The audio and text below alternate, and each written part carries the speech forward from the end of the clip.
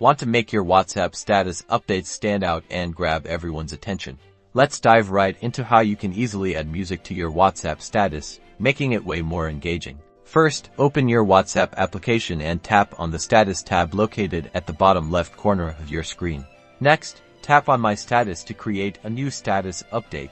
This is the same way you usually add photos and videos to your status. Now, select the photo or video you'd like to use for your status from your phone's gallery. If you want to record something new, simply press the record button.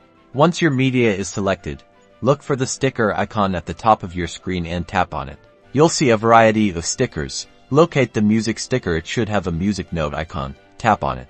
This will open your device's music library or connect to a music streaming service. Here you can scroll through the available music and select the song you wish to add. After selecting your song, a sticker with the song title and artist will appear on your status media. You can drag it around to reposition it, pinch to resize it, or rotate it to your liking.